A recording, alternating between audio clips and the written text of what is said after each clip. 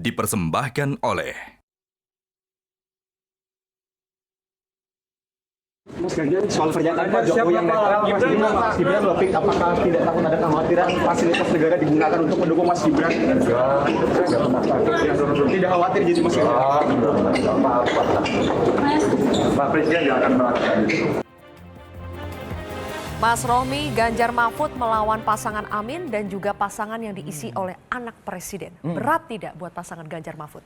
Kalau melihat sentimen netizen setelah putusan MK kemarin itu 90% kan positif untuk Ganjar Mahfud.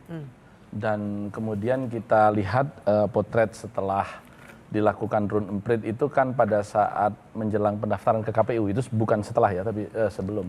Kemudian menjadi imbang begitu. Artinya energi positif dari masyarakat hari itu yang kemudian merasa ada masalah dengan MK dan direpetisi, diulangi kembali oleh Pak Arief Hidayat sebagai hakim yang menyampaikan dissenting opinion bahwa secara konstitusional putusan MK itu mengikat, Undang-Undang Dasar kita mengatakan demikian. Tetapi publik menyadari bahwa ada masalah di proses dan amar putusan yang itu kemudian menjadi melapangkan jalan Mas Gibran untuk menjadi calon wakil presiden. Kita tidak anti dengan anak muda, sangat welcome dan itu wajib karena mereka lah yang merupakan bagian terbesar bangsa ini. Tetapi cara untuk mencapai itu yang kemudian menjadi tema pada malam hari ini, enaknya jadi anak presiden ini yang kemudian menjadi pembelajaran yang tidak bagus untuk anak muda yang lain. Yang kedua, putusan MK ini kalau kita lihat menjadi persoalan serius ketika anak umur 21 tahun, saya katakan anak ya karena kita usianya sudah 2 kali lipat di atas itu. Umur 21 tahun yang baru dilantik 1 hari karena dia terpilih menjadi anggota DPRD kabupaten. Katakanlah di salah satu kabupaten yang 300 suara sudah menjadi anggota DPRD, di beberapa kawasan timur Indonesia misalnya, dia boleh jadi wakil presiden dan jadi presiden. Ini persoalan serius. Kalau Anda mempermasalahkan caranya yang salah, Gus Romi, jadi apakah Anda yakin ke depan cara-cara yang salah juga berpotensi digunakan juga? Kalau pertanyaan berpotensi, berpotensi. Bapaknya presiden, ya kan? Dan kemudian para penyelenggara pemilu dan para pengawas pemilu itu apapun adalah aparat yang bisa dikatakan meskipun secara cabang dia bukan merupakan secara politik bukan merupakan eksekutif, tetapi dalam pengkamaran trias politika dia tetap saja eksekutif judulnya. Sehingga ini menjadi hal yang harus kita cermati.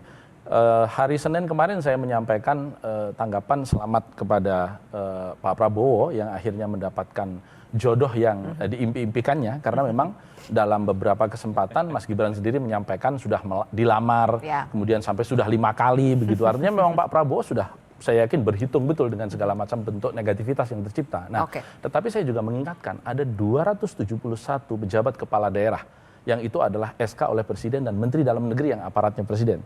Dan kemudian yang kedua kita juga tahu persis Presiden adalah Panglima tertinggi TNI dan Polri. Sehingga memang kita harus mencintai Presiden kita dengan cara menjaganya untuk tetap seperti kata FIFA fair play. Begitu.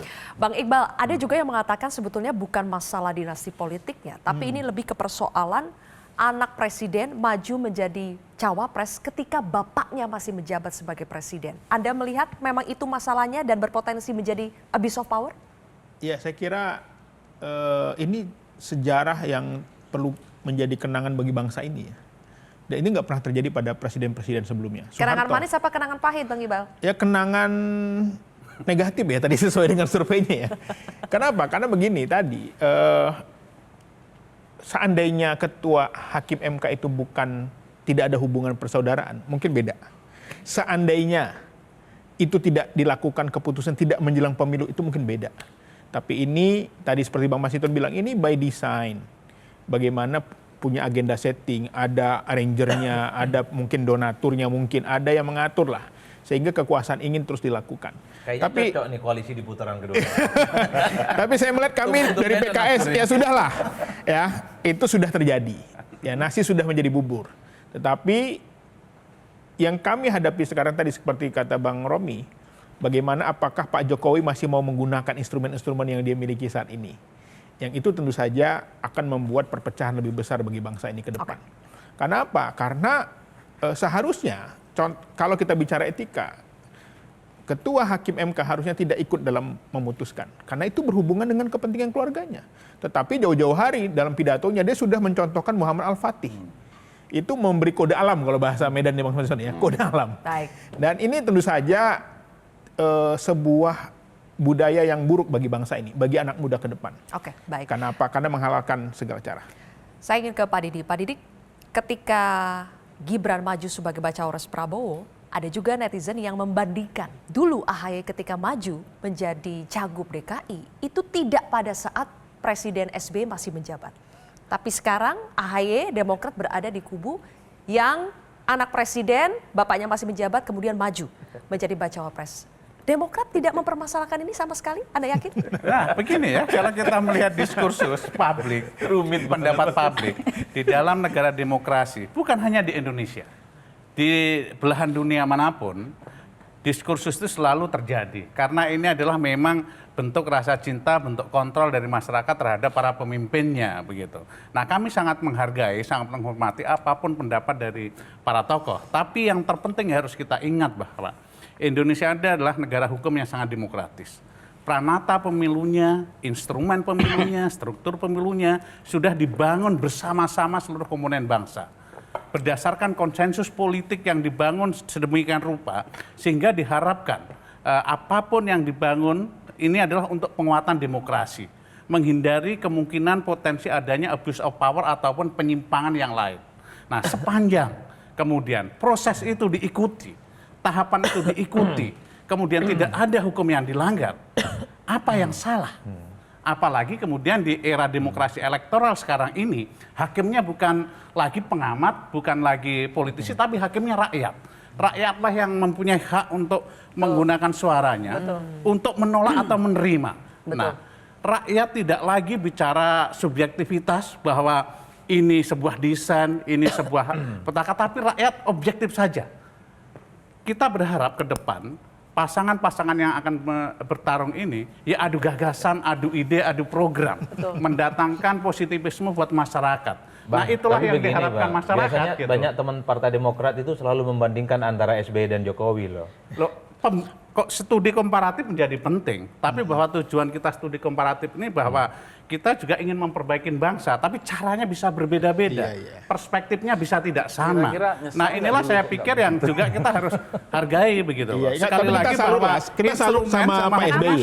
Dulu ketika besannya maju dia nggak dukung terang-terangan. Dia sekarang hakimnya kembali politik elektoral, bukan kita yang menentukan.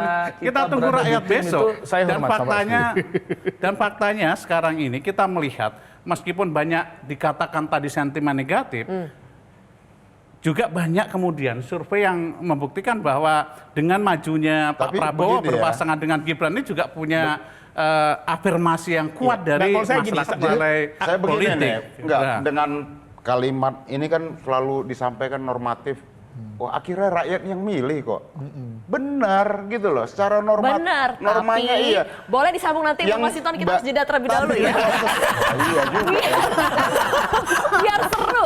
Benar, tapi tunggu jawabannya usai headline-nya berikut ini.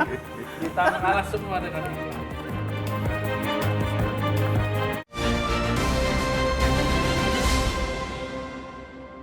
Jelajahi cara baru mendapatkan informasi. Download Metro TV Extend sekarang.